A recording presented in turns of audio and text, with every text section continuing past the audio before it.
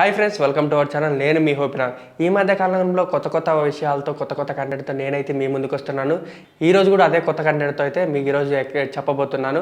అదేంటిదో కాదు, అసలు బ్రిటిష్ వారు మన దేశాన్ని అంటే మన భారతదేశాన్ని ఎలా స్వాధీనం చేసుకున్నారు అనేది కొంతమందికి చాలామందికి బాగానే డౌట్ ఉంటుంది.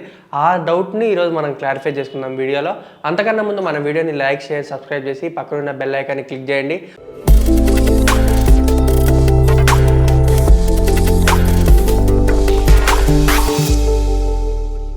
సో ఫ్రెండ్స్, ఇప్పుడు మనం టాపిక్లోకి స్టార్ట్ చేద్దాం. అసలు మన బ్రిటిష్ వాళ్ళు మన భారతదేశానికి ఎలా వచ్చారు అంటే మనమేమనుకుంటాం, అప్పట్లో అంటే ఇట్లా వాస్కో డి గామా అట్లా భారతదేశానికి సముద్ర మార్గంని అడుక్కున్నారు, మన దేశంలో వాళ్ళ వ్యాపారాలు చేసుకోవడానికి ఇట్లా వచ్చారని మనం అనుకుంటున్నాం. కాకపోతే దీని అంతటి కారణం ఎవరంటే ఒక వాస్కో డి గామా కారణంగా మన భారతదేశాన్ని బ్రిటిష్ వారు స్వాధీనం చేసుకున్నారు.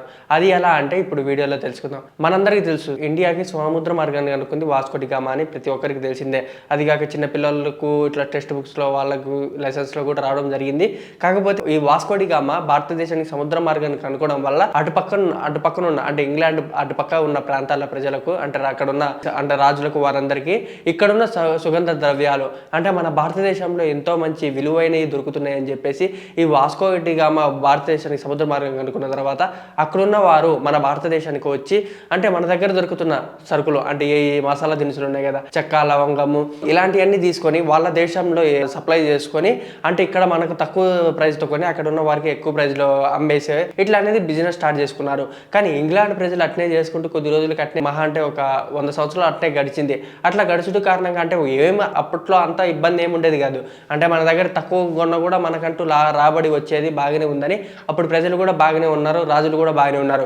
ఈ విషయాన్ని తెలుసుకున్న బ్రిటిష్ వారు ఎప్పుడైతే ఇది జరుగుతుందని తెలుసుకున్నారో చిన్నగా అంటే వారి దగ్గర ఉన్న కొన్ని పరిశ్రమలు మన దగ్గర పెట్టనీకి వచ్చామని చెప్పేసి మన దగ్గర ఉన్న రాజుల్ని అడిగారు. మన దగ్గర ఉన్న రాజులు ఏం చేశారు, సరే మనకే కదా ప్లస్ పాయింట్ అంటే మన రాజ్యం కూడా డెవలప్ అయింది, మన దేశం కూడా డెవలప్ అయింది అని చెప్పేసి అక్కడున్న రాజులు అప్పుడు బాగానే ఆలోచించి ఈ విధంగా డిసిషన్ తీసుకొని సరే రండి అని చెప్పేసి అనుకున్నారు. అది కాకుండా ఈరేం ప్లాన్తో వచ్చారంటే ఈ బ్రిటిష్ వారు వస్తూ ఇక్కడ వీళ్ళ దగ్గర అంటే మన దగ్గర ఏమైతే సరుకులు దొరుకుతున్నాయో అవన్నీ తెలుసుకున్నారు. ఇట్లా తెలుసుకొని అవన్నీ వారి దేశానికి ఇక్కడ మన దగ్గర తక్కువ కొని అక్కడ వారు అనేది ఎక్కువగా అమ్ముకోవడం జరిగింది. లైక్ మనకైతే తెలుసు కదా, మన ఇండియాలో పట్టు కానీ, చేనేత వస్త్రాలు కానీ ఇలాంటి సంథింగ్ అంటే హ్యాండ్మేడ్ ప్రోడక్ట్స్ అని మన ఇండియాలో బాగా ఎక్కువగా అనేది సేల్స్ అవుతూ ఉంటాయి.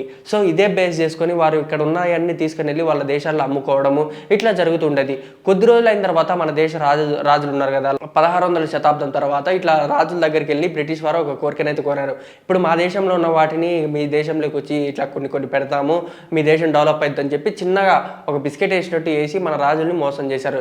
ఇట్లా మోసం చేస్తూ ఇట్లా వాళ్ళ వ్యాపారాలన్నీ తీసుకొని ఒక్కొక్కసారి ఏంటంటే వాళ్ళ ఫ్యాక్టరీస్ కానీ వాళ్ళకి సంబంధించిన ఏఎన్న కానీ బిజినెస్లు ఇట్లా భద్రంగా ఉండడానికి మాకంటూ కొన్ని అంటే మీ రాజుల తరపు నుంచే మీరు ఇట్లాంటి మాకు కొన్ని సప్లై చేస్తే మంచిదని చెప్పేసి వారి దగ్గర ఉన్నయే మన ఇండియాకు తీసుకొని వచ్చి వారంటూ ఇండియాని స్వాధీనం చేసుకున్న పరిస్థితి దాకా తెచ్చుకున్నారు.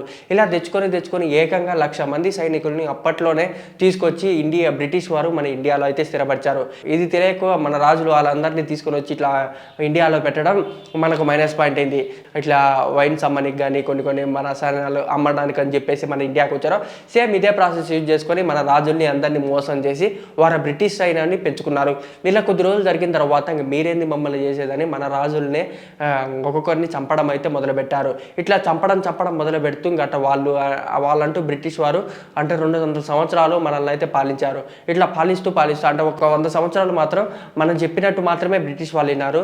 కానీ మరుసటి 100 సంవత్సరాలు మాత్రం మనల్ని అంటూ వారు స్వాధీనం చేసుకొని మనకే స్వాతంత్రం లేకుండా మన చేత గుడ్డు చాకిరీ చేయించుకొని మన దగ్గర ఉన్న సరుకులను మొత్తం వాళ్ళే చాకిరీకి చేయించుకొని ఫ్రీగా తీసుకుపోయి వాళ్ళ దేశాల్లో అమ్ముకోవడం, ఇట్లా వాళ్ళే అమౌంట్ సంపాదించుకోవడం ఇలాంటి జరిగింది. సో ఫ్రెండ్స్, తెలుసుకున్నారు కదా బ్రిటిష్ వారు మన దేశాన్ని ఎలా స్వాధీనం చేసుకున్నారో. కానీ ఇదంతా జరిగిన తర్వాత కొన్ని సంవత్సరాల కంటే 1947లో మనకు స్వాతంత్రం వచ్చింది. కొంతమంది భారతీయ సమరయోధులు వీరందరూ కలిసి అంటే తెలుసు కదా, సుభాష్ చంద్రబోస్, నేతాజీ వీళ్ళందరూ కలిసి మన భారతదేశానికి ఇంకా స్వాతంత్రం తీసుకురావడం జరిగింది. ఇట్లా బ్రిటిష్ వారి చరిత్ర మాత్రం అంతరించిపోయింది. సో ఫ్రెండ్స్, తెలుసుకున్నారు కదా మనకు బ్రిటిష్ వారి నుంచి అంటే బ్రిటిష్ వారు మన దేశాన్ని ఎలా స్వాధీనం చేసుకున్నారో, మన రాజుల్ని కూడా ఏ రకంగా మోసం చేశారో. సో ఫ్రెండ్స్, ఇలాంటి మంచి ఇంట్రెస్టింగ్ టాపిక్స్ కోసం మా ఛానల్ని సబ్స్క్రైబ్ చేయండి.